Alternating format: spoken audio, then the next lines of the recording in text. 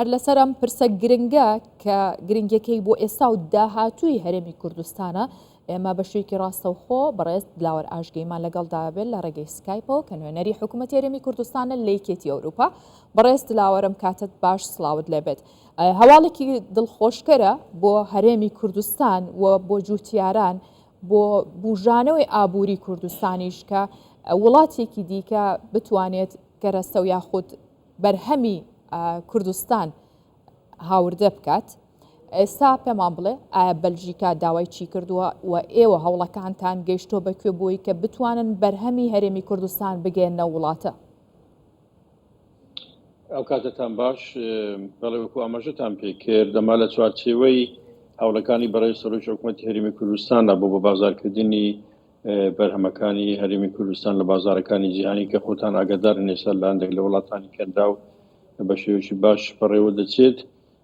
پێشتر لێرە لە بروکسل بەڕێوەی سەرۆکی حکوومەتی هەرێمی کوردستان لە کۆبوونەوەکانی لەگەڵ بەرپرسانی ئەو وڵاتە ئاماژەی بۆ بابەتی کردبوو و داوای کردبوو کە ئێمە داوای هاوکاری کردبوو لەیان کە هاوکار بن بۆی بتوانن بازاری ئەوروپاش بۆ بەروبوومی هەرێمی کوردستان بکرێتەوە. خۆتان دەزانن نێچێتی ئەوروپا دامەزراوەشی گەورەیە لە 27 وڵات پێک دێ و بازارشی زۆر گەورەیە بۆ بەرهەمی زۆر وڵات لە ئاستی جیهاندا و ئەگەر بێت و ئێمە بتوانین بازاری ئەوروپا بەڕۆی بەرهەمەکانی کوردستان بکەینەوە ئەوە دەستکەوتێکی یەکجار گەورە دەبێت بۆ ئابووری هەرێمی کوردستان بۆ بەتایبەتی کەرتی کشت و کاڵ لە ئایندەدا. بێگومان لە ئێستادا ڕەنگە دە خەڵک خۆی بە شێوەزی ڕاستەوخۆ کەلوپەل ڕەوانە بکە، بەڵام ئەوەی ئێمە باسی دەکەن بە شێوەیەکی فەرمی سیستەماتیک کەواتە ڕێکەوتنێک بکرێت لەگەڵ یەکێتی ئەوروپا و لەگەڵ وڵاتی شەردام لە یەکێتی ئەوروپا بۆ ئەوەی بە شێوەیەکی فەرمی ڕێکەوتن بکرێ و بەروبەمی کوردستان هەناردە بکرێت بۆ ناو یەکێتی ئەوروپا کە ئەمە دەبێتە بابەتێکی ڕێکەوتنێکی زۆر گرنگی ئابووری و دەکرێت ببێتە هاندەرێکیش بۆ ئەوەی کەرتی کشت و کاڵ بە شێوەیەکی زۆر باشتر بوژێتەوە و خەڵک زۆرتر ڕوو لە کشت و کاڵ بکەن وەکو سەرچاوەشی گرنگی داهات و هاوکاریش دەبێت بۆ هەڵیکات بۆ داهات بۆ خەڵک هەم بۆ حکوومەتی هەرێمی کوردستانیش. بۆ مەبەستا لە ئاسی سیاسی وە کە باسم کرد کۆبوونەوە کرا دواتر لە ئێمە وەکو نێنەرانی حکوومەتیمان بەدوا دواتچوونمان کرد هەم لە هەرێمی کوردستان هەم لەگەڵ لایەنی بەلژیکی ئەوە بوو کە چەند کۆبوونەوەک ئەنجام درات پێشدا لەگەڵ ژووری بازرگانی لێرە لە بەلژیکا بۆ ئەوەی بزانین ئەو کۆمپانیانەی کە لە ئاستی بەلژیکا و لە ئاستی نێودەوڵەتی پەیوەندیان هەیە لەگەڵ وڵاتانی تر و بەروبوومی وڵاتانی تر هاوردە دەکەن و دابەشی دەکەن بەسەر سوپەرمارکێتەکانیان و بەسەر بازارەکانیان ئەمانە چێن و چۆن ئەو کارە دەکرێت و بربەستەکان چین و چی پێویستە بەڕووی شێوەیەکی زانستی. دواتر لە هەماهەنگی دابووین لەگەڵ لانی پەیوەندیدار لە هەرێمی کوردستان بۆ ئەوەی ڕێگایك بدۆزنەوە چۆن بتوانین لە ئاسی ئەو ستانداردانی کە یەکێتی ئەوروپا داوای دەکات بەرهەمەکانی کوردستان بەرهەم بێن و دواتر هەناردە بکرێن. بێگومان ئەمە پێویستی بە چەندین کۆبوونەوە و دانوستانی دوولانە هەیە، سەردان هەیە، بۆیە لە هەنگاوی داهاتوومان بڕیارەکە شاندێک لێرە ئامادە بکەین سەردانی هەرێمی کوردستان بکەن لە نزیکەوە بازارەکەەوە ببینن بەرهەمەکان ببینن لەگەڵ لایەنی پەیوەندیدار لە وەزارەتی کشت و کاڵ لە وەزارەتی بازرگانی لە ژووری بازرگانی لە شوێنەکانی تر دانوستاندن بکەن کۆبوونەوە بکەن و هاوکار بن بۆ ئەوەی ئێمە بتوانین ئەو بربەستانە تێپەڕین و بگەینە ئەو ئاسی کە بتوانین بەرهەمەکانمان ڕەوانەی وڵاتانی هەندامی یەکێتی ئەوروپا بکەن. ئەوەی کە جێگای دڵخۆشیە بەلژیکا و بەتایبەتی بەلژیکا سیستەمێکی فدرالی هەیە، هەرێمەکان خۆیان خاوەن بڕیارن و هەرێمێکی هەرە گرنگ و بڵێن بەهێزی بەلژیکا هەرێمی فلاندرز کە 80% ئابووری وڵاتی لەبەردەستە ئەوان بە هەموو شوێک ئامادەخواان دەبرەوە کە هاوکار دەبن لەگەڵمان و ئەزمونیان هەیە لەو بوارەوە لەگەڵ وڵاتانی تر بۆی ئەو جێگا دڵخۆشی کە ئەوان ئامادەی خۆیان دەبڕیەوە و ئێمە پتر دەکەین لە مەودووە. بەڵێ بەڕێز دلاوەر هەر لەگەڵمان بمێنەرەوە هەر لە چوارچێوەی قسەکانی بەڕێستان و هەوڵەکانی کابینەی نوێمی حکوومەتی هەرێمی کوردستان و حکوومەتی هەرێمی کوردستان ئەوەیە کە ئێستاش شاندێکی بازرگانی ئەرمینیا لە وڵاتی ئەرمینیاوە هاتوونەتە هەرێمی کوردستان بابێکۆ گوێ لە هاوکارمان ئەحمەد سەمەد بگرین بزانین زانیاریەکان لەبارەی هاتنی شاندەکە چییە و مەبەست لە سەردانەکەیان چییە. ئەحمەد زانیاری زیاترمان پێ بدە. بەڵێ هاژە سڵاوت لێبی من ئێستا لە یەکێتی ژوورەکانی بازرگانی هەرێمی کوردستانم لێرە شاندێکی وڵاتی ئەرمینیا شاندێکی بازرگانیە هاتوون کۆبوونەوەیەکیان هەیە لەگەڵ کۆمەڵێک لە بازرگانان واروەها ژوورەکانی بازرگانی لە هەرێمی کوردستان بۆ مەبەستە من لەگەڵ کاروان سوورچی وتەبێژی یەکێتی ژوورەکانی بازرگانی هەرێمی کوردستان زانیاری زیاتر وەردەگرم کا کاروان ئامانج لە سەردانیکردنی ئەو شاندا چیا دەیانەوێت پەیامێکیان پێ چی دەگەێنن وڵی دیارە ئەمڕۆ سەرۆک کۆماری ئەرمینیا و شاندێکی بازرگانی هاتوونەتە هەرێمی کوردستان بەیانی کۆبوونەوەیان لەگەڵ سەرۆک بارزانەی و بەڕێز نێسیروان بارزانانی سەرۆکی هەرێمی کوردستان هەبووە شاندە بازرگانیەکانیش پێیان باش بۆ سەردانی یەکێتی ژوورەکانی بازرگانی پیشەسازی هەرێمی کوردستان بکەن ئێمە وەکو یەکێتی ژوورەکانی بازرگانی پیشەسازی هەرێمی کوردستان دیدارێکی بازرگانیمان بۆ سازکردن ژمارەیەک بازرگانانمان لە پارێزگاکانی سلێمانی هەڵەبجە لە پارێزگای هەولێر و دۆهۆک کۆ کردوتەوە لەگەڵ شاندە بازرگانیەکانی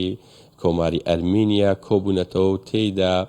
لەو کۆبوونەوەیدا ئێستا کۆبوونەوە کە بەردەوامە باس لەوە بکرێت چۆن بتوانین ئێمە وەکو هەرێمی کوردستان پەیوەندی بازرگانی و ئاڵوگۆڕی بازرگانی لەگەڵ وڵاتی ئەرمینیا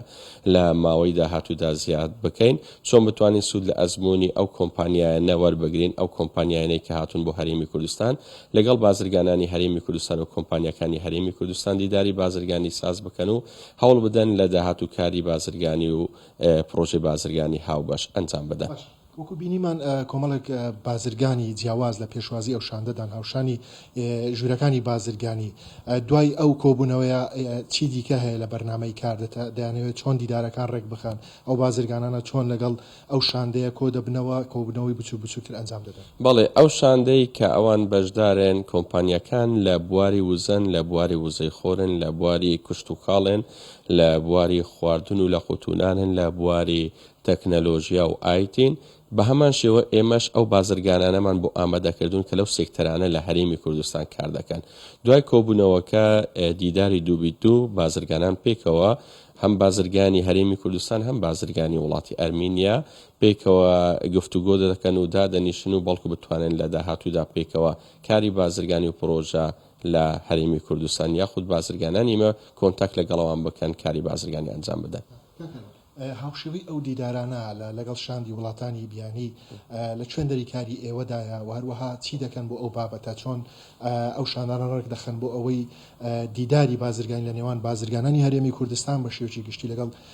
بازرگانانی بیانی دەرەخسێنن. ئێمە وەکو یەکێکی ژوورەکانی بازرگانی پیشەسازی هەرێمی کوردستان هەم لە ماوەیدا ڕابردوو هەم لە ماوەی داهاتوو بەردەوام هەوڵ دەدەین زۆرترین کۆمپانیای بیانی بێنین بۆ هەرێمی کوردستان بۆ ئەوەی لەگەڵ بازرگانانی هەرێمی کوردستان کار بکەن. ئێمە وەکو یەکێتی ژوورەکانی بازرگانی و پیشەسازی هەرێمی کوردستان دەتوانم بڵێم بووینەتە پردێک بۆ بێگەیاندنی بازرگانانی بیانی بەرامبەر بە بازرگانانی هەرێمی کوردستان. بازرگانانی هەرێمی کوردستان بەردەوام لە ڕێگەی ئێمەوە سەردانی پێشانگە نێودەوڵەتەکانی وڵاتانی جیهانی دەکەن یاخود لە کاتی هاتنی ئەو بازرگانانەی بیانی هاتوونەتە هەرێمی کوردستان ئێمە دیداری بازرگانی کۆربند وەرکشۆپی بازرگانیمان بۆ سازکردوون بەردەوام ئێمە لەسەر هێڵین و دەرگاشمان کراوەیە بۆ هەموو بازرگانانی بیانی و با بازرگانانی ناوخۆشمان بۆ ئەوەی پەیوەندی کۆنتاک لەگەڵ بازرگانانی بیانی دروست بکەن. کاروان سوورچی وتەبێژی یەکێتی ژوورەکانی بازرگانی هەرێمی کوردستان سوپاس کە لەگەڵمان بووی. بەڵێ هاژا لێرە کۆمەڵێک بازرگانی لەسەر ئاستی هەرێمی کوردستان لە تەواوی شارەکان هاوکات لەگەڵ ژوورەکانی بازرگانی هەولێر سلێمانی دۆک هەڵەبجە بەشدارن لەگەڵ ئەو شاندا بیرۆڕاکان دەگۆڕنەوە دوای کۆبوونەوەکەیان نزیکەی کاتژمێرێکە لە کۆبوونەوەدان دوای ئەوە ئیتر دیدار لە نێوان بازرگانان و بازرگانانی هەرێمی کوردستان لەگەڵ ئەو بازرگانە ئەرمەنیانە دروست دەکرێت لەو دیوی کۆبوونەوەکانەوە بە مەبەستی دروستبوونی پەیوەندیەکی ئابووری بەهێز لەگەڵ وڵاتی ئەرمەنیا. ئەحمەد ئەبوسەمەد لە هەولێرەوە لەگەڵمان بووی سوپاس بۆ زانیاریەکانت. ئەگەڕێمەوە لای میوانەکەم بەڕێز دلاوەر ئاژگەیی نوێنەری حکوومەتی هەرێمی کوردستان لە یەکێتی ئەوروپا و لە ڕێگەی سکایپەوە لەگەڵم بوو باسی ئەومان کرد کە پێگەی هەرێمی کوردستان گرنگێکی زۆری هەیە ئێستا. بەڕێز دلاوەر ئەمێ هەر لە چوارچێوە یاخود هەر لە دیدگای ئەو پێگە بەرزەی کە هەرێمی کوردستان هەیەی وە سەرۆک وەزیران خۆی سەردانی وڵاتانەکات دوای ئەوەی کە سەردانیانەکات شاندەکان لە ئەوروپاوە سەردانی هەرێمی کوردستانەکەن تا هەرێمی کوردستان ببینن. ئێوە ئاگادارن لەوە یاخود پێمان بڵێن هیچ هەوڵێک هەیە بۆی کە شاندێک وە بەرهێنێک سەرمایه‌دارێک لە یەکێتی ئەوروپاوە لە وڵاتانی ئەوروپاوە بێنە هەرێمی کوردستان و بەرهێنان بکەن وە پەیوەندیەکان تا چەند تونند و تۆڵتر بۆ و پەرەی پێدراوە؟ بێگومان کاری ئێمە وەکو نێدراتی حکوومەتی هەرێمی کوردستان و لە چوارچێوەی بڵین ئەرکەکانمان دایما کارمان کردووە بۆ ئەوەی شاندی ئەو وڵاتانە هان بدەین بۆ ئەوەی ئەو سەفەر ئەو سەردانانە ڕێک بخەین بۆ سەردانی هەرێمی کوردستان بکەین. ڕەنگە زۆر ئاسان نەبێ ینی چاوەڕێ ئەوەی بکەن شاندێک هەر لە خۆیەوە هەستێت بڵێ لەم سەردانی کوردستان کەمەکە بێت و کاری بۆ نەکرێت و باسی ئەوێ نەکرێت و ئەو مەجارانی کە لە بەردەستن بە تایبەتی بۆ شاندە بازرگانیەکان نەخرێنە ڕوو ئەو مەجارانی ئیستیسمار کە هەن و بەرهێنان کە هەن یاساکان چۆنن چۆن حکومەت هاوکارە و ئەو هاندانیان بەتابەتی بە شێوەیەکی کوتێکە باسکەم زۆر گرنگە لەو حاڵەتەدا و ئاسانکاری بۆی سەردانی هەرێمی کوردستان بکەن. وەکو باسم کرد لە قسەکانم ئێمە ئێستا لە سەروبەندی ئەوەین کە لە چوارچێوەی ئەوەی ئەو پرۆژەیە کە پرۆژەی استراتیژیە ئەمە زیاتر باس لە ئاڵوگۆڕی بازرگانی نیە، باس لەوە دەکرێت کە هەرێمی کوردستان بە شێوەیەکی سەردەمیانە بتوانێت کەلوپەلی خۆی کشت و کاڵی هەناڕی دەرەوە بکە. ئەمە دەبێتە هۆکاری ئەوەی کە زۆربەی زەوی کشت و کاڵەکانی کە ئێستا بەکار نایەن بکەونە کار و بەرهێنان لە ئەنجام بدرێت لە بەرەوەی بازار دەبێت ئەو کاتەوە دەبێتە دەستکەوتێکی دارایی باش بۆ خەڵکانی کە بۆ بەرهێنانیان تێدا دەکەن و دەبێت هاوکارێکی گرنگ بۆ هەرێمی کوردستان و دەبێتە هۆکارێک بۆی هەرێمی کوردستان لەسەر نەخشەی جیهانی ببێتە شوێنێک کە بەرهەمەکانی هەناڕی دەرەوە دەکرێت و دەبێتە هۆکارێکی بۆ ناسادنی زیاتر هەرێمی کوردستان لە ڕووی سیاسیشەوە دەتوانین بڵێن و پاڵپشتێکی گرنگی داراییش و مالیش بۆ هەرێمی کوردستان. بۆی ئەمە پرۆژەیە باسم لە پرۆژەی استراتیژیە و حکوومەتی هەرێمی کوردستان و تایبەتی سەرۆکی حکوومەتی هەرێمی کوردستان بەلایەوە زۆر گرنگە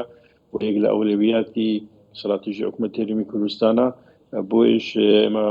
بەجددی کاری لەسەر دەکەین. ئێستا ڕای ئەوە ژێمە لە دوایین کۆنفرانسکە ئەنجامماندا نێدراتیەکان لە هەولێر لە مانجی ڕابردوو دیسانە کە لەوێش ئەم بابەتە بابەتی زۆر گرنگ بوو. ئێمە کۆبنەوەی دوو قۆڵیمان کرد لەگەڵ بەڕێزان وەزیرانی بڵێن هەم کشت و کاڵ هەم بازرگانی هەم بەرپرسانی تر کە پێوەستن بەو بابەتە. بۆیە ئێستا بەجددی کار لەسەرەوە دەکرێت کە لە ڕووی پراکتیکەوە لە ڕووی عملیەوە هەنگاوی جددی بەهاویشترێ و هەنگاوەکان پێشتر هاویشترا و بەڵام ئێستا دەچنە دەگەنە ئامانجەکانی خۆیان واتە زیاتر بەوەرە ئەو ئامانجە نزیک دەبینەوە کە بەلەمانەوە گرنگ و مەبەستە. بۆ ئێمە گەشتبینین بەوەی کە بتوانین هاوکار بین بۆ ئەو بابەتە و لانی ئەوروپیش ئامادەگی خۆیان دەربڕیوە و لە ئاندێکی نزیکدا ئەو شاندانی کە گرنگن بە تایبەتی لە ڕووی حکومی و ئەوانی تریش کە پێوەستن بەکارەکە لە ڕووی پیشەوەی ئەوانە سەردانی هەرێمی کوردستان دەکەن و هەوڵیش دەدەین لە هەرێمی کوردستانی شاند بانگشتی ئەوروپا بکەین بە تایبەتی بەلژیکا بکەین بۆی لەگەڵ ئەو لایەنانەی کە سەردان نەکردووە لە نزیکەوە یەکتر ببین و داروسانە بکەن لەو بارەوە. بەڕێز داوەراژگەی نوێنەری حکوومەتی هەرێمی کوردستان لە یەکێتی ئەوروپا لە ڕێگەی سکایپ و ڕاستەوخۆ لەگەڵمان بووی سوپای بۆ بەڕێستان.